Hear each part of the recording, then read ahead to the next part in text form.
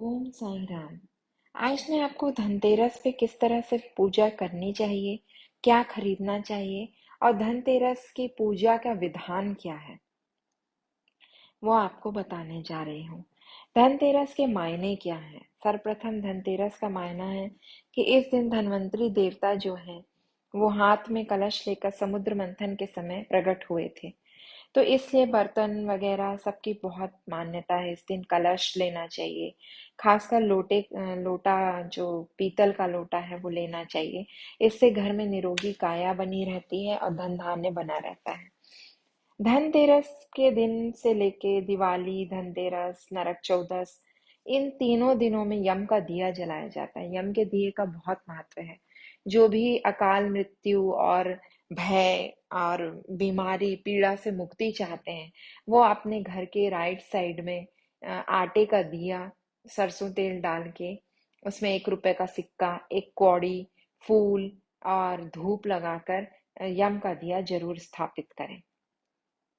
शास्त्रों के अनुसार धनतेरस का यह त्योहार जो है, मृत्यु के देवता यमराज के अकाल मृत्यु के भय से मुक्त होने की प्रार्थना का दिन है। इसके अलावा इस दिन धन की देवी लक्ष्मी, कुबेर देवता, इन सब की पूजा की जाती है। भगवान गणेश जी के साथ साथ कुबेर जी जो हैं, वो धन के स्वामी हैं, तो कुबेर जी की पूजा बहुत महत्वपूर्ण रखती है। महालक्ष्मी के साथ तो इनकी विशेष पूजा की जाती है। और साथ में कुबेर जी जो हैं, वो उत्तर दिशा को बिलोंग करते हैं। मतलब उनका जो पूजा पाठ है और जो सब कुछ है, वो उत्तर दिशा जो हमारी पूजा जाती है, वो कुबेर देव है। और इनकी दिक्पालों में भी गिनती करते हैं। तो इसलिए हमें इस दिन धन्वंतरी जी, कुबेर जी की विशेष पूजा करना चाहिए। उनको पाटे पर उनको बिठाना चाहिए। उनका यंत्र आता है, धन्वंतरी यंत्र आता है और कुबेर यंत्र आता है। ये हर किसी को अपने घर में रहना रखना चाहिए। इनकी विधि विधान से पूजन करनी चाहिए। उसके बाद क्या करना चाहिए, पूजा कैसे आपको करनी है।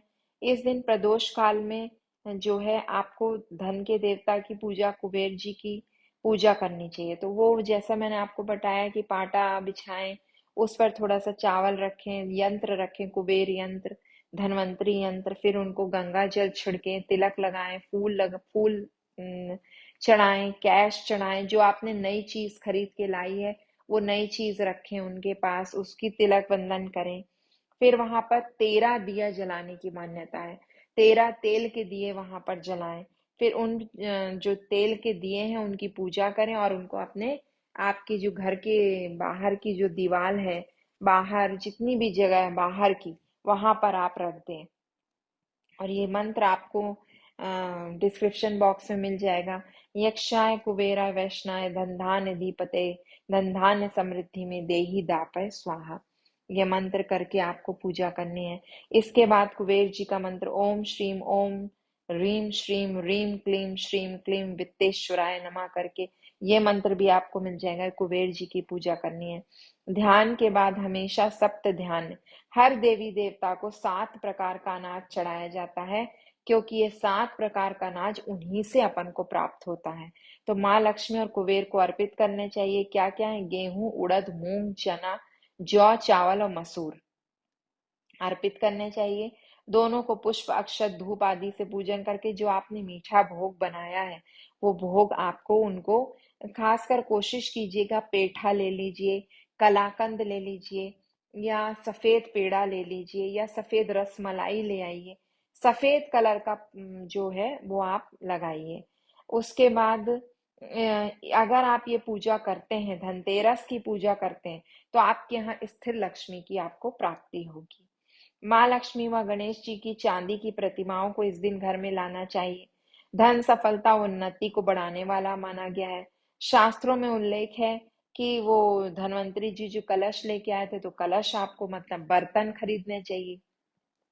बर्तन आप स्टील के, चांदी के, तांबे के, पीतल के, कुछ भी आप ले सकते हैं। इसमें आपको 13 गुणों का गुणा वृद्धि हो जाती है। मतलब अगर आपके घर आप एक लोटा भी लाते हैं, तो आपकी इनकम में इजाफा होता है। भगवान आपको वरदान देते हैं। इसलिए आपको इस दिन बर्तन वगैरह भी लेना चाहिए, झाड़ू खरीदनी चाहिए, मंदिरों में दान पुण्य करने चाहिए। और खूब खुशहाल रखना चाहिए। 3 दिन आपको ज्यादा देर तक सोना नहीं चाहिए, सुबह आपको जल्दी उठना चाहिए, अच्छे से पूजा करनी चाहिए, घर का माहौल अच्छा रखना चाहिए, क्लेश बिल्कुल नहीं करना चाहिए। आप सबको धनतेरस की बहुत बहुत बधाई। धन्यवाद।